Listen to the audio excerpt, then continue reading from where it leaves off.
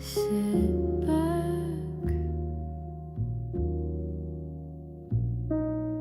maybe even grab a snack. It's time to unwind and clear your mind.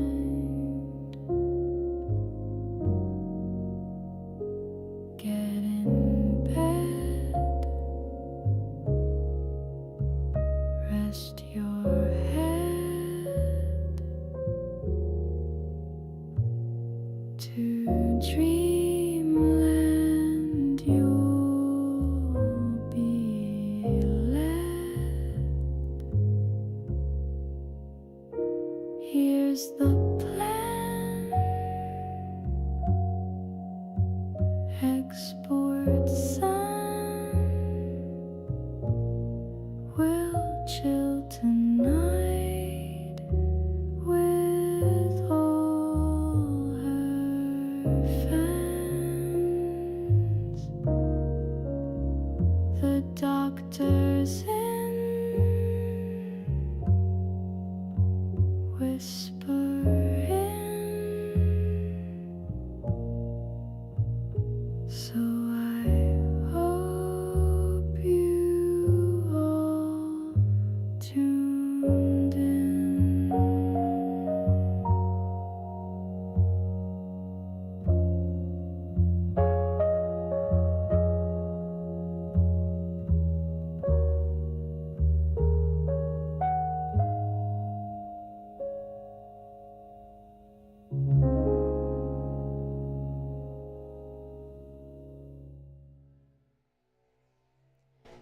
Kapla Warriors. Sorry, a motorcycle decided to drive by just then. Kapla Warriors, today is a good day for spaghetti. I had a huge bowl of spaghetti for dinner, although I would argue that any day is a good day for spaghetti. Glad to be back with you tonight. I haven't been feeling well since returning from my trip. I think I spent too much time in the heat. This current summer, I've been having a really hard time with heat intolerance, making me sick repeatedly. So I was dealing with a lot of headaches and dizziness. Still having headaches today, but my dizziness has been better. So I'll be back at work tomorrow, and happy to be back with you all tonight. So today is oh, my eyes look all sleepy. That was weird. So today is Tuesday. I was going to say Monday because I really have lost track of days. Today is Tuesday, so ASMR stream, Chapter 3, Epic of Gilgamesh. Tomorrow, very excited for the History of Alcohol/Beer stream. Bring your own drink, alcoholic or non-alcoholic. I am not encouraging you to drink alcoholic beverages. I'm encouraging you to bring what you would enjoy. I'm very excited for this stream. It is an area of interest for me, and my phone is already creepily suggesting some articles for me about how alcoholic drinks gave rise to modern empires. So I'm excited for that. So thank you, Ninja Work 111. I am very pleased to hear that you liked Kingdom Connection. That's my new show, I guess. I've got a couple. I've got the Roundtable Talk with Crown and True. I've got the Royal Hour, and now I've got Kingdom Connection. Certainly not Chim. Do whatever you want. But I am not encouraging you to drink alcohol, just to be clear. Do you hear me, YouTube? Do you hear me, Twitch? I could not be more clear, right? All right. I'll probably just have some of the Moscato I still have in my fridge. Sandy, you can drink whatever you would enjoy. It could be iced tea, it could be coffee, it could be water, it could be boba, it could be milk. All right.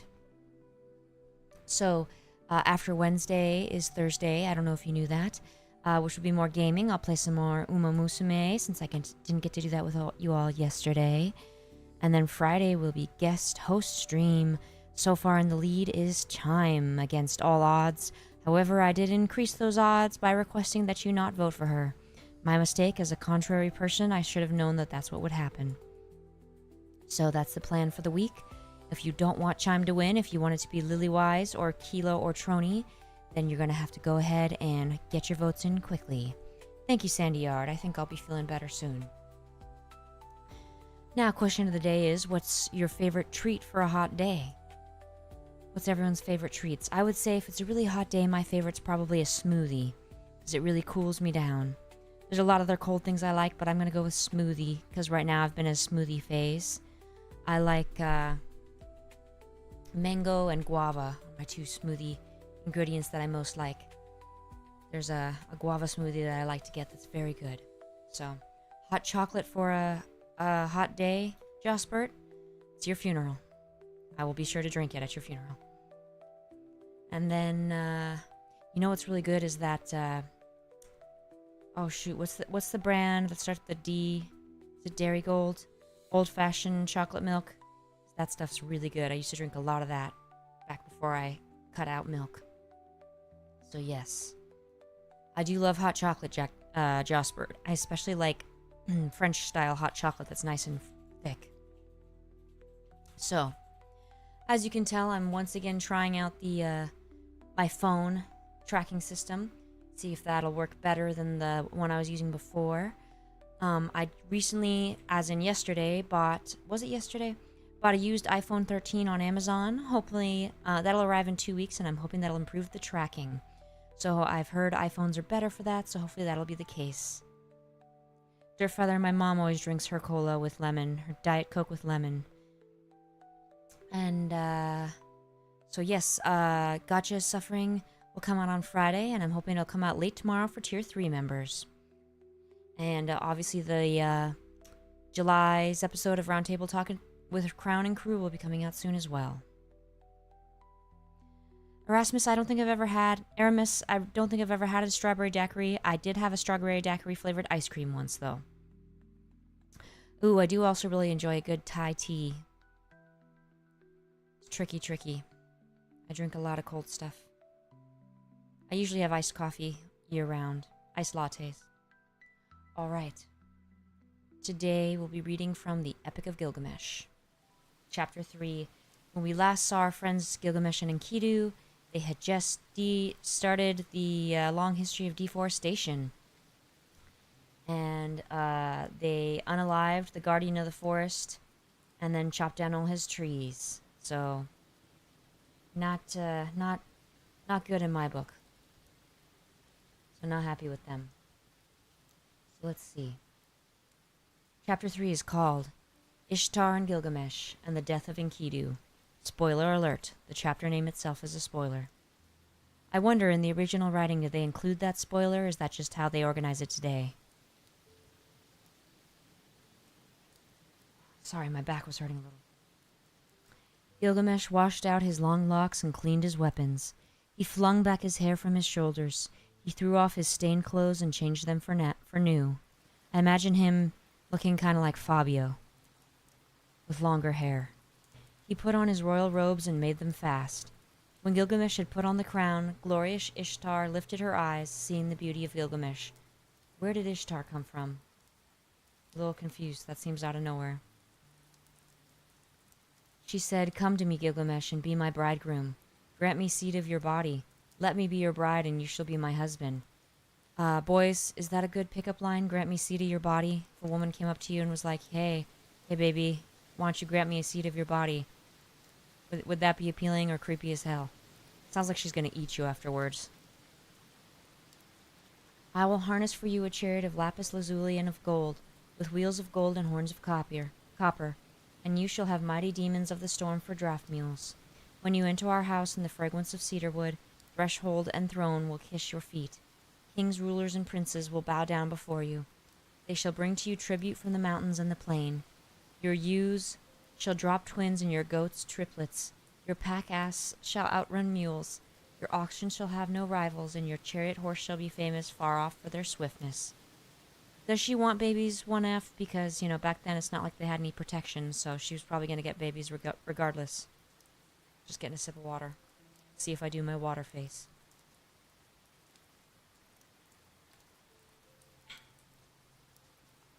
Alright. Gilgamesh opened his mouth and answered glorious Ishtar.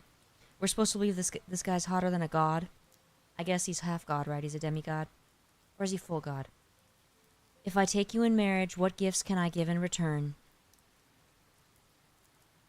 What ointments and clothing for your body? I would gladly give you bread and all sorts of food fit for a god. I would give you wine to drink fit for a queen. I would pour out barley to stuff your granary. Sorry. I will. He wants to stuff her granary. But as for making you my wife, that I will not. How would it go with me? Your lovers have found you like a brazier which smolders in the cold, a back door which keeps out squall of wind nor storm, a castle which crushes the garrison, pitch that blackens the bearer, a water skin that chafes the carrier, a stone which falls from the parapet, a battering ram turned back from the enemy. Bro, I think that's enough. She gets it. She's already dead. A sandal that trips the wearer. Which of your lovers did you ever love forever? What shepherd of yours has pleased you for all time? Listen to me while I tell the tale of your lovers. There was Tammuz, the lover of your youth. For him you decreed wailing, year after year.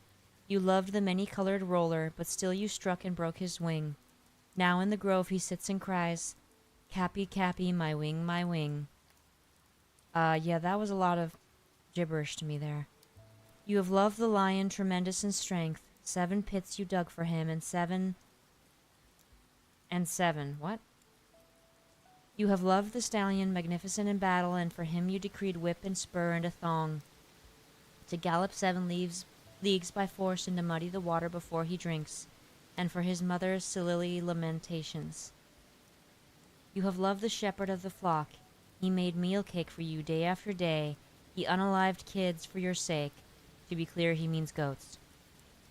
He's not Anakin Skywalker. You struck and turned him into a wolf. Now his own herd boys chase him away. His own hounds worry his flanks. And did you not love Ishulanu, the gardener of your father's palm grove? He brought you baskets filled with dates without end. Every day he loaded your table. Then you turned your eyes on him and said, Dearest Ishulanu, come here to me, let us enjoy your manhood. Come forward and take me, I am yours. Ishulanu answered, What are you asking from me? My mother has baked and I have eaten. Why should I come to such as you for food that is tainted and rotten? Whoa, bro. You're just asking to be struck down. For when was a screen of rushes sufficient protection from frosts? But when you heard his answer, you struck him. He was changed to a blind mole deep in the earth, one whose desire is always beyond his reach. And if you and I should be lovers, should not I be served in the same fashion as all these others whom you loved once? That's right, Sin Gamer, it is the Epic of Gilgamesh. I wonder if that makes a lot of sense. I would assume that's the case. Seems like he's not making this up. I don't know what these men are thinking saying no to her. She can strike you down or turn you into a mole. Seems like she's really into animals also. Like, I'm a little confused here. Are some of these... were they literally stallions and, whatever the other one was? Lions? Or is this figurative? I'm gonna go with figurative. When Ishtar heard this, she fell into a bitter rage. She went up to high heaven. Her tears poured down in front of her father Anu and Antum, her mother. She said, My father, Gilgamesh has heaped insults on me. He has told over all my abominable behavior, my foul and hideous acts. Anu opened his mouth and said, Are you a father of gods? Did not you quarrel with Gilgamesh the king? So now he has related your abominable behavior, your foul and hideous acts? Ishtar opened her mouth and said again, My father, give me the bull of heaven to destroy Gilgamesh. Fill Gilgamesh, I say, with arrogance to his destruction. But if you refuse to give me the bull of heaven, I will break in the doors of hell and smash the bolts. There will be a confusion of people. those above with those from the lower depths. I shall bring up the dead to eat food like the living, and the hosts of dead will outnumber the living.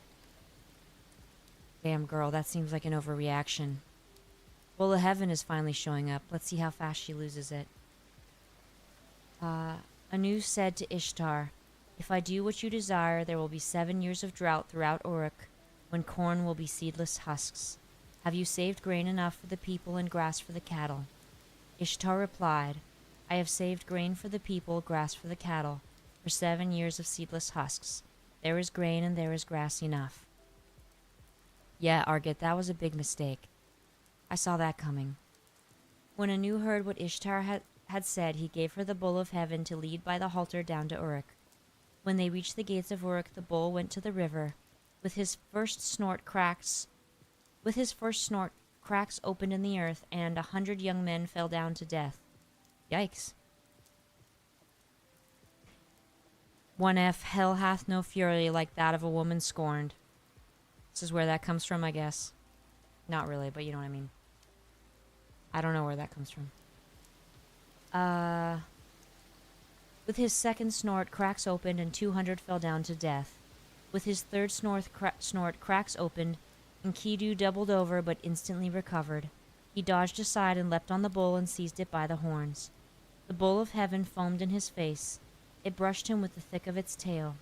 Enkidu cried to Gilgamesh, "My friend, we boasted that we would leave enduring names behind us. Now thrust in your sword between the nape and the horns." So Gilgamesh followed the bull.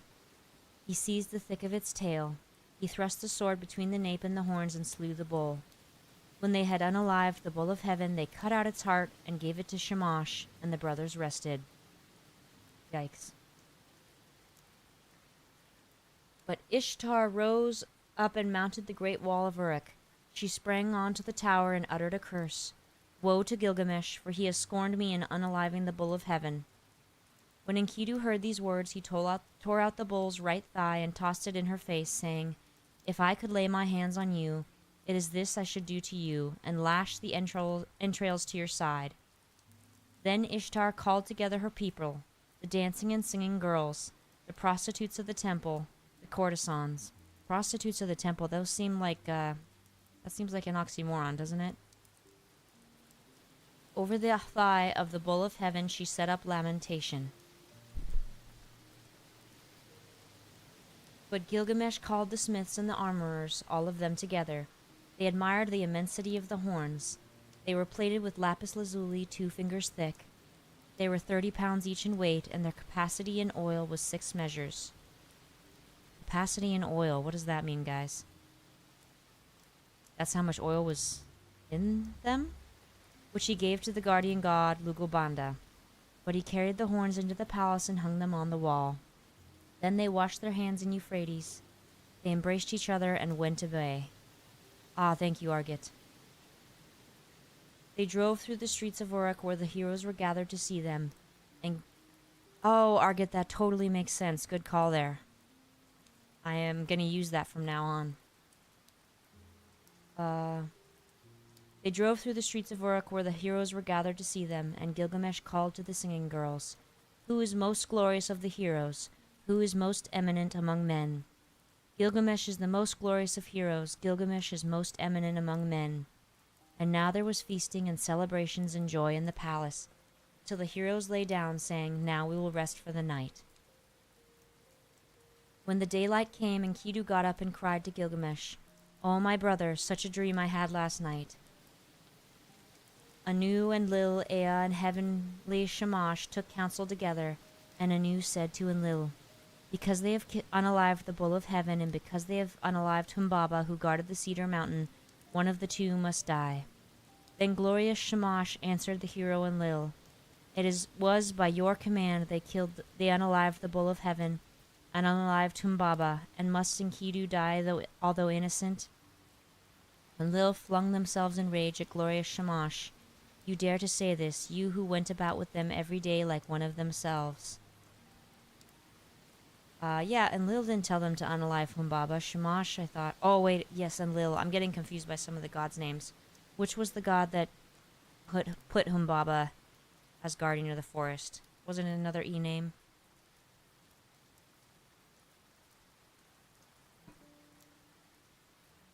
Enkidu is not innocent, though. He unalived Humbaba and the bull. While Enkidu lay alone... Wait. So Enkidu lay stretched out before Gilgamesh. His tears ran down in streams, and he said to Gilgamesh, "O my brother, so dear as you are to me, brother, yet they will take me from you." Again he said, "I must sit down on the threshold of the dead, and never again will I see my brother with my eyes." He should have stayed a wild man, I'm telling you. While Enkidu lay alone in his sickness, he cursed the gate as though it was living flesh. "You there, wood of the gate, dull and insensible, witless. I searched for you over 20 leagues until I saw the towering cedar. There is no wood like you in our land. 72 cubits high and 24 wide. The pivot and the ferrule and the jambs are perfect. A master craftsman from Nippur has made you. But oh, if I had known the conclusion. If I had known that this was all the good that would come of it, I would have raised the axe and split you into little pieces and set up here a gate of wattle instead. Ah, if only some future king had brought you here, or some god had fashioned you. Let him obliterate my name and write his own, and the curse fall on him instead of Enkidu." Enkidu and Gilgamesh are very in touch with their emotions and their tears. They cry a lot. They're not afraid to show their side of what would now be considered feminine, I suppose. But back then they were just bromance and no judgment. I like it. With the first brightening of dawn, Enkidu raised his head and wept before the sun god. In the brilliance of the sunlight, his tears streamed down. "Sun god, I beseech you, and about that vile trapper, that trapper of nothing, because of whom I was to catch less than my comrade. Let him catch least, make him scarce, make him feeble, taking the smaller of every share. Let his quarry escape from his nets." It's interesting, 1F. When did crying stop being considered manly? I wonder how that became... Or although maybe that's more of a... Maybe not every country considers it to be unmanly. It shouldn't be considered that way, but... That's how it has been. But I think we're moving away from that. Which is good. Men should be allowed to feel emotions just like anyone else. Probably true, 1F. Yeah, I figured. Depends on the society. Repression is bad. It makes you sick inside. When he had cursed the trapper to his heart's content, he turned on the harlot. Wow, bro. She was good to you. She was nothing but good to you. Why is he cursing everybody? What the hell? He was roused to curse her also. "As for you, woman, with a great curse I curse you. I promise you a destiny to all eternity. My curse shall come on you soon and sudden. You shall be without a roof for your commerce, for you shall not keep house with other girls in the tavern, but do your business in places fouled by the vomit of the drunkard." Jeez. It's a little harsh. "Your hire will be potter's earth, your thievings will be flung into the hovel. You will sit at the crossroads in the dust of the potter's quarter. You will make your bed on the dunghill at night, and by day take your stand in the wall's shadow. Brambles and thorns will tear your feet. The drunk and the dry will strike your cheek, and your mouth will ache. Let you be stripped of your purple dyes, for I too, once in the wilderness with my wife, had all the treasure I wished." Good sir, seems like you're taking this pretty hard. I think it's a little unfair to curse everybody living because you think you're gonna die. Seems pretty, what's the word I'm looking for? Not cool. When Shamash heard the words of Enkidu, who called to him from heaven... A crash out, yeah, DM. Enkidu, why are you cursing the woman, the mistress who taught you to eat bread fit for gods and drink wine of kings? She who put upon you a magnificent garment. Did she not give you glorious Gilgamesh for your companion? And has not Gilgamesh, your own brother, made you rest on a royal bed and recline on a couch at his left hand? He has made the princes of the earth kiss your feet. And now all the people of Uruk lament and wail over you. When you are dead, he will let his hair grow long for your sake. He will wear a lion's pelt and wander through the desert. When Enkidu heard glorious Shamash, his angry heart grew quiet. He called back the curse and said, Woman, I promise you another destiny. The mouth which cursed you shall bless you. Kings, princes, and nobles shall adore you. On your account a man shall, though 12 miles off, will clap his hand to his thigh and his hair will twitch. Oh, that'll do her a lot of good. For he will undo his belt and open his treasure, and you shall have your desire. Lapis lazuli, gold, and carnelian from the heap in the treasury. A ring for your hand and a robe shall be yours. The priest will lead you into the presence of the gods. On your account, a wife, a mother of 7, was forsaken. What? What does that mean? I'm confused by that last part.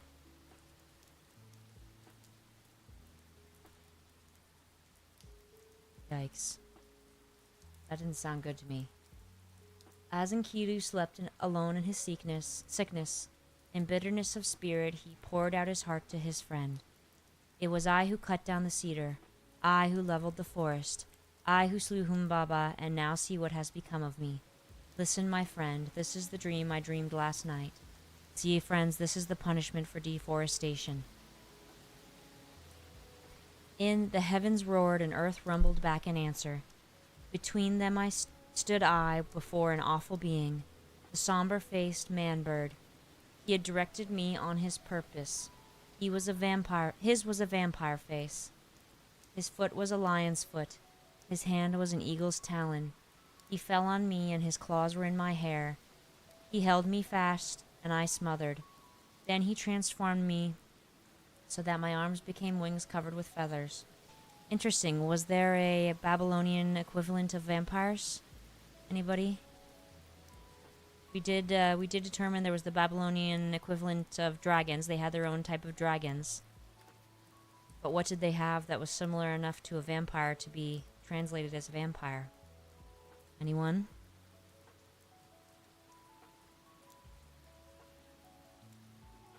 Let's see. He fell on me and his claws were in my hair. He held me fast and I smothered. Then he transformed me so that my arms became wings covered with feathers. He turned his stare towards me and he led me away to the palace of Urkala, the Queen of Darkness, to the house from which none who enters ever returns. Ah, similar to Hotel California. Down the road from which there is no coming back. Hold on, I'm gonna Google. Let's see. Babylon mythologic. Okay, I cannot type tonight. Babylon mythological creatures. Ah, Mesopotamian. That's what I meant. Ooh, so many. Wow. Ooh, there was a mermaid. Fish woman. One of the heroes slain by Ninurta. The Alu. Terrifies people. Not this one. Bosmu, a horned snake. No. They sure had their share of mythological creatures. Full of heaven, Kilu, half man, half fish, Kululu. They sure had plenty of mermaids. That's kind of cool, isn't it? Bullman.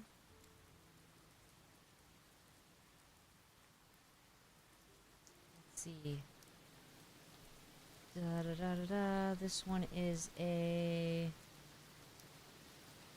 lion. And let's see. This doesn't say what this one does. Looks like maybe that one's a lion. Hybrid, human, goddess.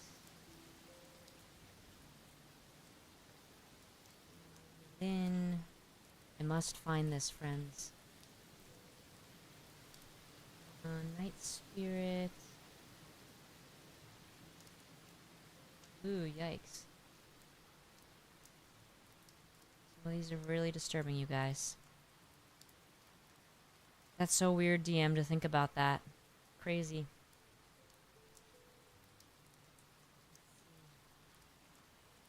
I love ancient maps that show things like that. A lot of them were like serpents or lions.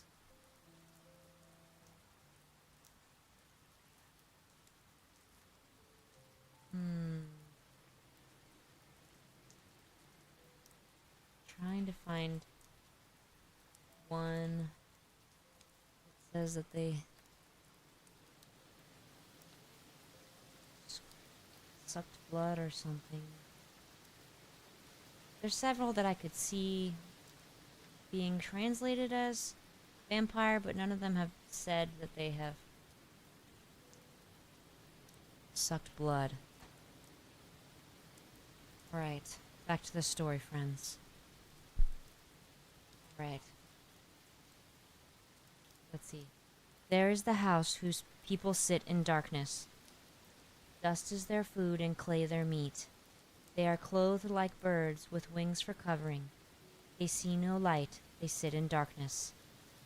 I entered the house of dust and I saw the kings of the earth, their crowns put away forever. Rulers and princes, all those who once wore kingly crowns and ruled the world in the days of old. It's so funny to read them saying the days of old. Like, this is like the oldest story ever, and yet it's referring to the days of old. How cool is that? They who had stood in the place of the gods like Anne and Elil stood now like servants to fetch baked meats in the house of dust, to carry cooked meat and cold water from the water skin. In the house of dust which I entered were high priests and acolytes, priests of the incantation and of ecstasy. Yes, right, 1F. If we ever found something older, I would lose it. I would just lose it with excitement. I would be so thrilled. What do you think they considered days of old? I can't even, like pre-Neolithic? Like, what even is days of old? Paleolithic to them? When they were individual groups? Sorry, I got distracted.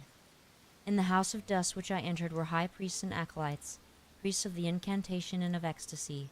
There were servers of the temple, and there was Etana, that king of Dish, whom the eagle carried to heaven in the days of old. I also saw Samukan, god of cattle, and there was Ereshkigal, queen of the underworld, and Befit-Shuri squatted in front of her, she who is recorder of the gods and keeps the book of death. Ah, interesting. Did they have their own book of death? Because the Egyptians, of course, had the book of death. Who wants to buy me some more books on Sumer? I would like more books on Sumer, please. She held a tablet from which she read. She raised her head, she saw me, and spoke. Who has brought this one here? Then I awoke like a man drained of blood who wanders alone in a waste of rashes, like one whom the bailiff has seized and his heart pounds with terror. Gilgamesh had peeled off his clothes.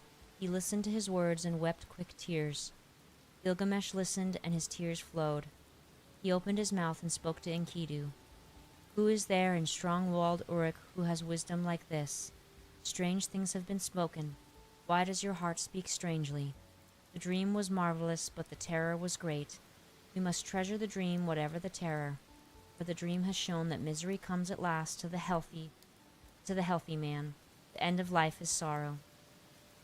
And Gilgamesh lamented, Now I will pray to the great gods, for my friend had an ominous dream. We're getting to the part that Captain Picard talked about. This day on which Enkidu dreamed came to an end, and he lay stricken with sickness. One whole day he lay on his bed, and his suffering increased. He said to Gilgamesh, the friend on whose account he had left the wilderness, Once I ran for you, for the water of life, and now I have nothing.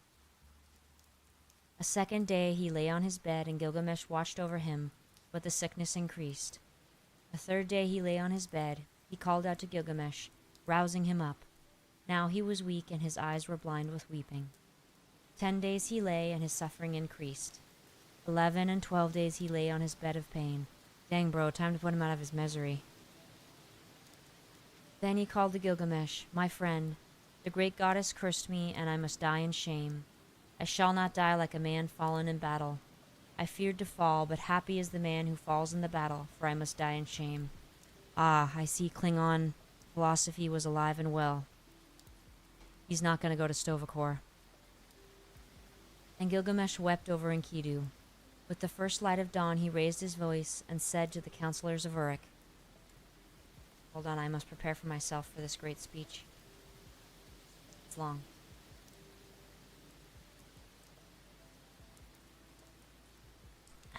Drink my water already. Hear me, great ones of Uruk. I weep for Enkidu, my friend. It's probably a sexually transmitted disease from the harlot. Sorry.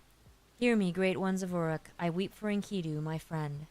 Bitterly moaning like a woman mourning, I weep for my brother. Oh, Enkidu, my brother, you were the axe at my side, my hand's strength, the sword in my belt, the shield before me, a glorious robe, my fairest ornament. An evil fate has robbed me. The wild ass and the gazelle that were father and mother, all long-tailed creatures that nourished you, weep for you. All the wild things of the plain and pastures, the paths that you love in the forest of cedars, night and day murmur. Let the great ones of strong-walled Uruk weep for you. Let the finger of blessing be stretched out in mourning. Enkidu, young brother, hark! There is an echo through all the country like a mother mourning. Weep all the paths where we walked together, and the beasts we hunted, the bear and hyena, tiger and panther, leopard and lion, the stag and the ibex, the bull and the doe. The river along whose banks we used to walk weeps for you. Ula of Elam and my dear Euphrates, where once we drew water for the waterskins. The mountain we climbed where we slew the watchman weeps for you. The warriors of strong-walled Uruk, where the bull of heaven was unalived, weep for you. All the people of Eridu weep for you, Enkidu. Those who brought grain for your eating mourn you now. Who rubbed oil on your back mourn for you now. Who poured beer for your drinking mourn for you now, One-F. The harlot who anointed you with fragrant ointment laments for you now.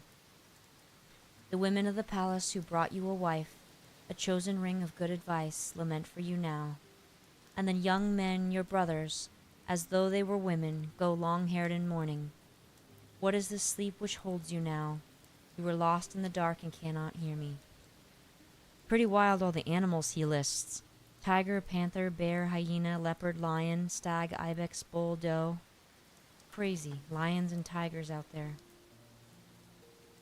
Amazing.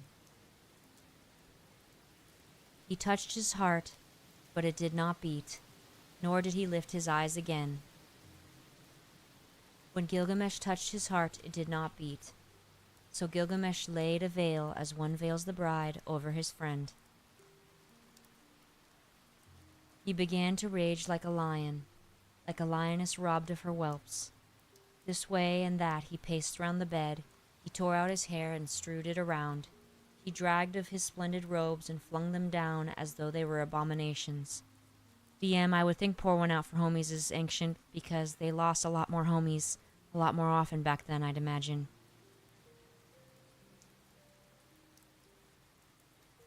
In the first light of dawn, Gilgamesh cried out, I made you rest on a royal bed.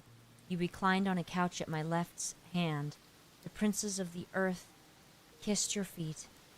I will cause all the people of Uruk to weep over you and raise the dirge of the dead. The joyful people will stoop with sorrow, and when you have gone to the earth, I will let my hair grow long for your sake. I will wander through the wilderness in the skin of a lion.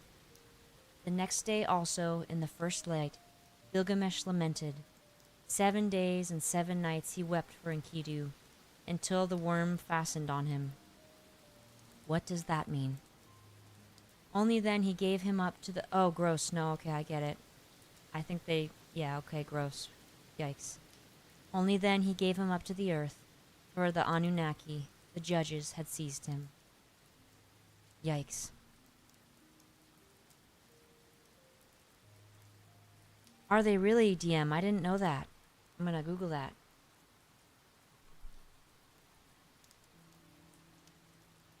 Sumerian lions. No, no, no. That's not what I mean.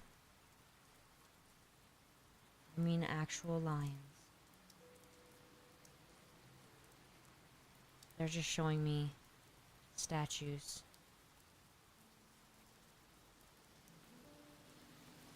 Well, this is really not helpful. I'll have to look that more later. Oh, here we go. Oh, the Asiatic lion. Yes, of course. I knew that. So cool. Amazing. Okay. Then Gilgamesh issued a proclamation through the land. He summoned them all, the coppersmiths, the goldsmiths, the stoneworkers, and commanded them, "Make a statue of my friend." The statue was fashioned with a great weight of lapis lazuli for the breast and of gold for the body. A table of hardwood was set out, and on it a bowl of carnelian filled with honey, and a bowl of lapis lazuli filled with butter. These he exposed and offered to the sun, and weeping he went away. Poor Gilgamesh. Now, is this I have here? These 5 chapters, 5, 6, how many chapters? 7. Is this the whole epic? There's got to be more, right? I just wonder what else is lost to time. If I could time travel, I would want to have the ability to time travel, but not like impact history in any way. So I could just go back and I could see everything and I could read everything and I would get to see all the things. It'd be so cool. Yes, 1F. There was no reason for him to unalive Humbaba. He was just guarding the forest as he was tasked to do by the goddess. And then not only did he unalive him, but he chopped down the whole forest. All because he wanted glory for his name. That's some vain BS right there.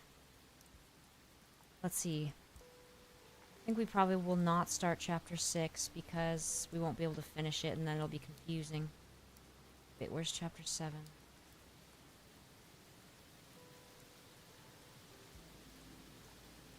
Oh wait, just a second. Here we go. Chapter 4. I'm getting my brain confused. Chapter 4. Yeah, we don't have time to finish chapter 4, I don't think, so we'll pause here. What would you guys like to do? Would you like to continue reading and then just stop mid-chapter, possibly? Or would you like to do something else?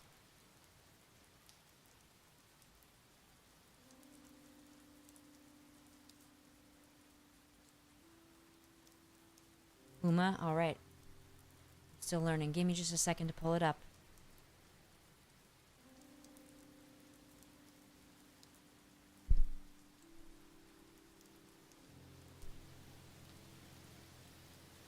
I'm still learning how to do this. Just finished that tutorial with y'all on Sunday. Be there. 1F, I agree with you. I don't believe in stopping mid-chapter. You stay up and finish the chapter. But then after that, you probably should read just one more chapter. And then you just do that for all eternity. And regret it in the morning. And yet you don't. Well, we just finished chapter 3. So if we start chapter 4, is what I'm saying. We did finish chapter 3. That the death of Enkidu was the end of chapter 3. So if we start chapter 4, we most likely won't finish it. Deerfeather, that sounds familiar. Notice to minors, please ensure you have the approval of a parent or a guardian. Will do. Alright. I was pretty out of it on Sunday, so I'm probably going to need a refresher here.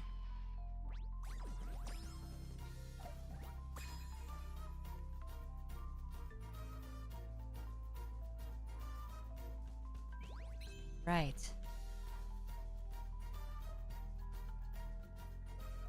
So, if I click this, these carrots.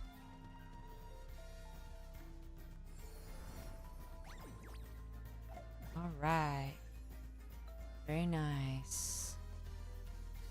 No, Dirt Feather. My time travel would involve no changing of the past. I just want to see how it was. I want to know everything. I like the stuff about, like, daily stuff. Like, what did they eat? What did they wear? What did they think about? What were they afraid of? What did their children play with? What were their beliefs on child rearing? What positions did they use? All those things. I want all the nitty-gritty details. That's the interesting stuff to me.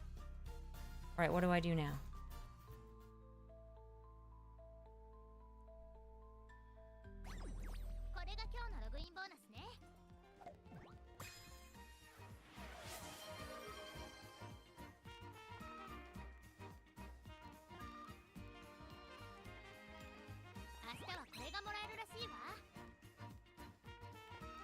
Okay.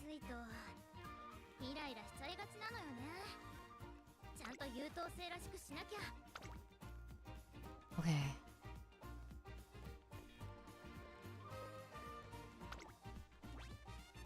Ooh. Get all the prezzies, you guys. I'm gonna do them one by one because that's more satisfying. It's like when you make a checklist of things you need to do, but you include a few things you already did so you can check them off. Anybody else do that? Well, actually, this might take too long.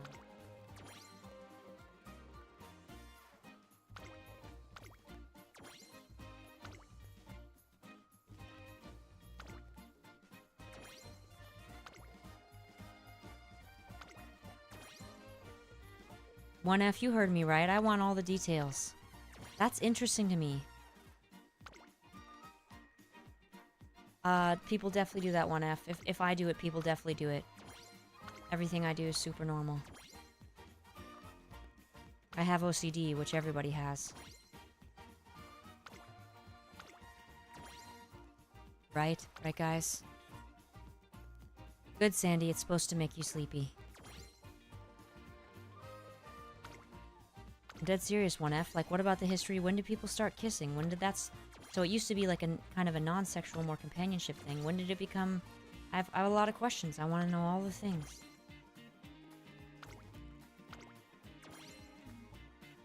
I've read this really interesting thing about, like, ancient names of pets. It was great. Well, I guess it wasn't ancient. It was more medieval, but still, it was very interesting. No, Zephyr, didn't you hear what I'm doing? Doing them one at a time, because it's more satisfying.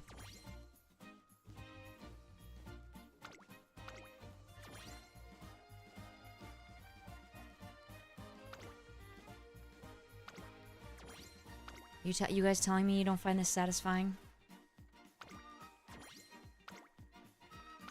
Although it's a lot more things than I expected, to be fair.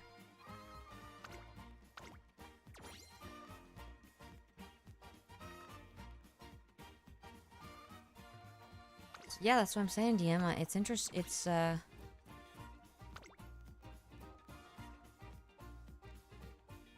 I know that's why people do it 1F. I just mean, like...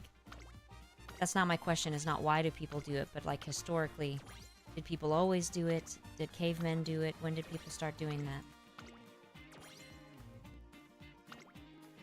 I like to know the exact time that everything became a thing and when. Right. Now, what do I do, guys? Do I do career?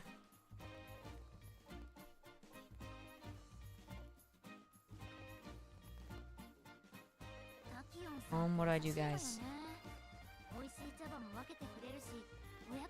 Story. There's new things in my story. Enhance. Okay.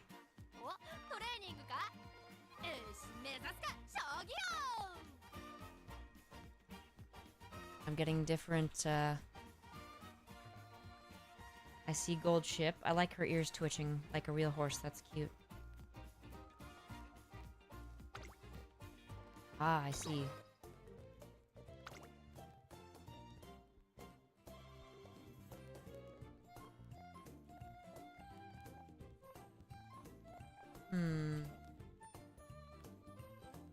I think I'll wait.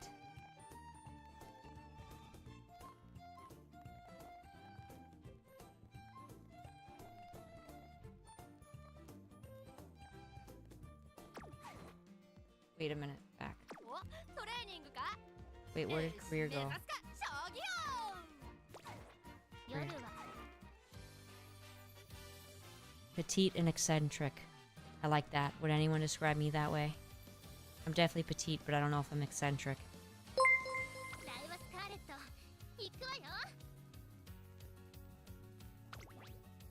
Oh, thank you, 1F. Oh, you would roll some support card first? Okay. Where do I do that?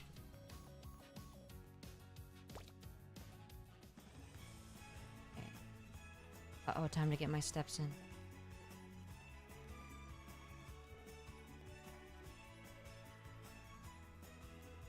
Okay.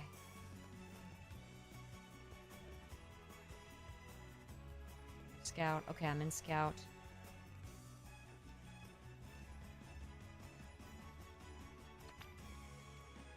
Oh, now what banner? What banner, guys? Oh my gosh.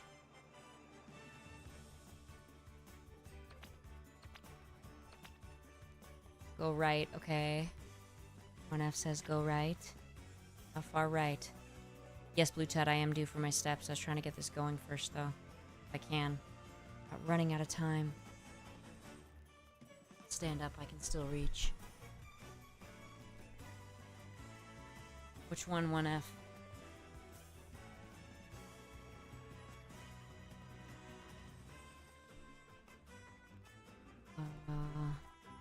Support card Scout. This one. Then I'll do the daily. Oh, aww.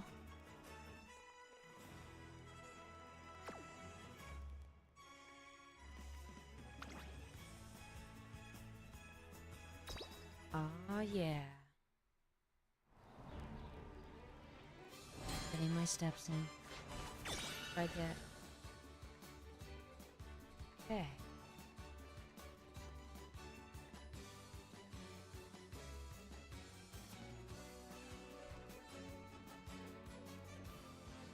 Yes, Zephyr, hoping for that streaming luck.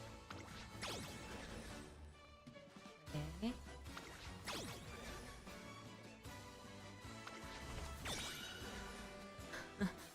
Okay. Yeah, I like her haircut.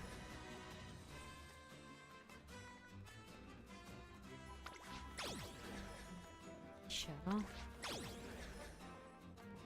Tachyon. Oh, what's this? What's this? Kita-san. Oh, is that what you said? Oh, you said Mita-san, but I think, did you mean Kita-san Black, Zephyr? Ah, yeah.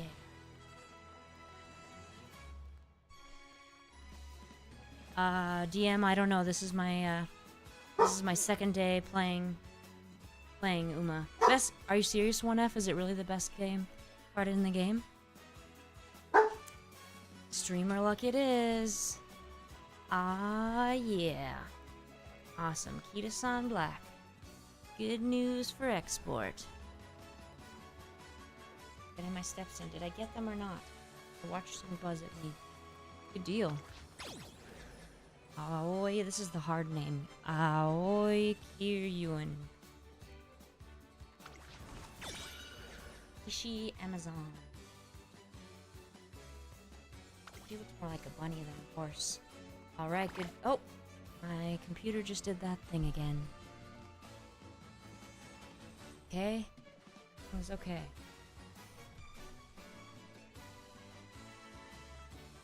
Alright. Now what, friends?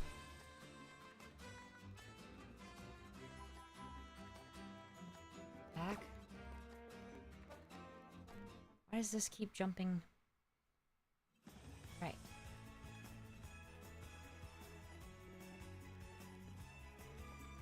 Okay. What is this doing? Bugging me. Roll for oh, my computer's acting up again. Hold on. It'll come back. It's doing that thing. Rolling for an Uma. Okay.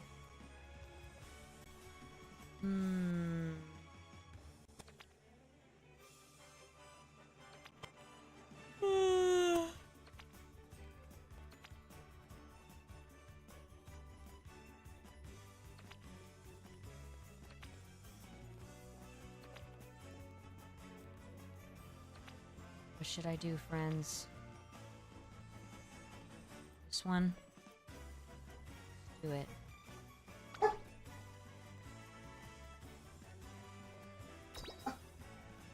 Are you ready?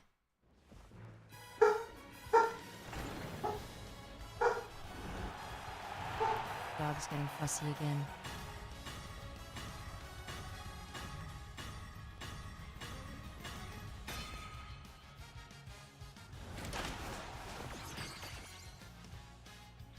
I'm hoping so, 1F.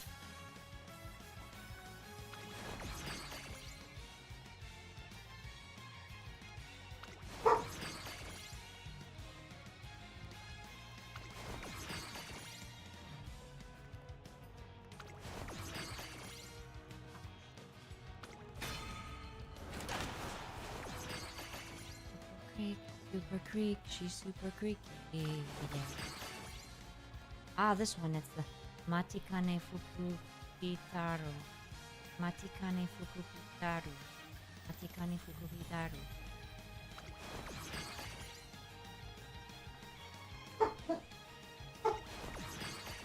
Matikane Fuku Hitaru. I have to practice that one so I can say it fast when I'm announcing.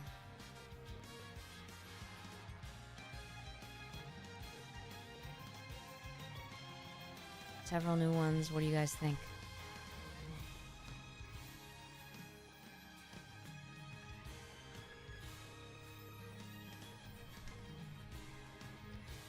Alright, should I do career now?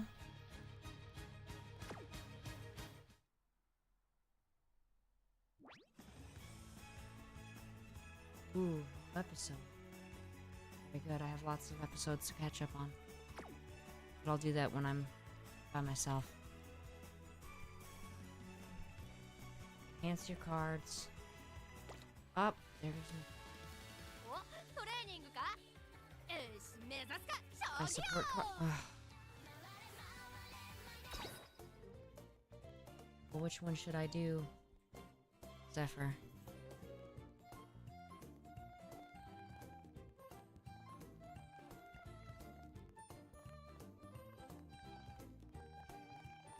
One.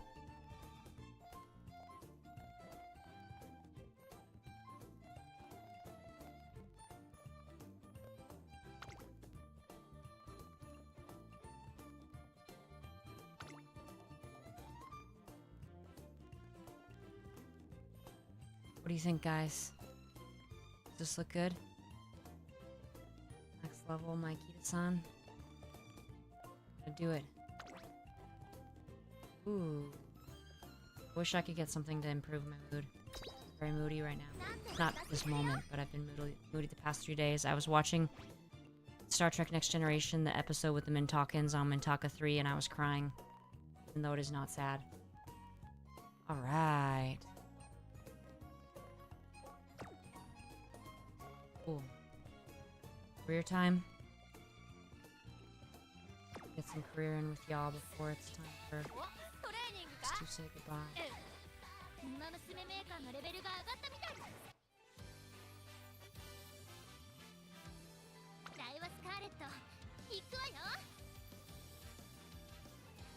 Oh, goes again. Sorry if you notice me pausing and you're like, why is she pausing? Because of the computer. Okay.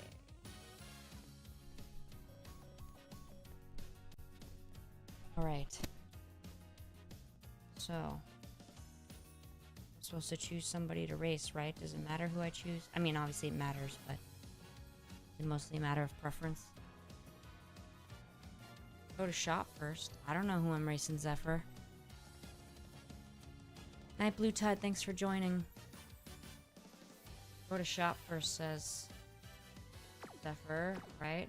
エアグルーブスいらっしゃいませ。どうぞごゆっくりご覧ください。 Oh, I see.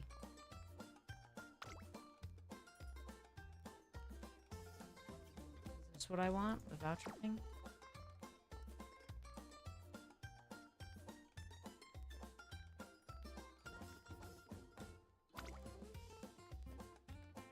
Do I exchange vouchers?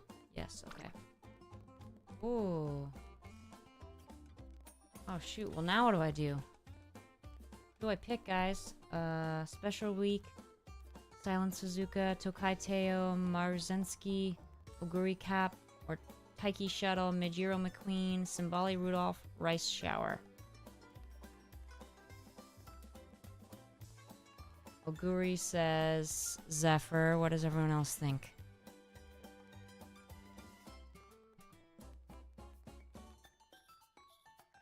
I'll give 1 minute for voting.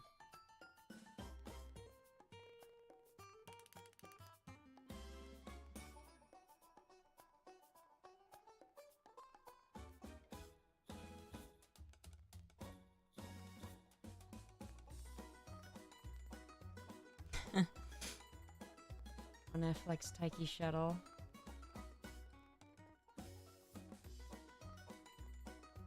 Gotcha, gotcha, Zephyr.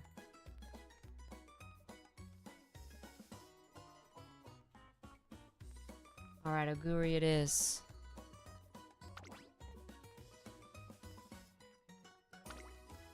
Right. 最高の走り。それがここにいる理由だ。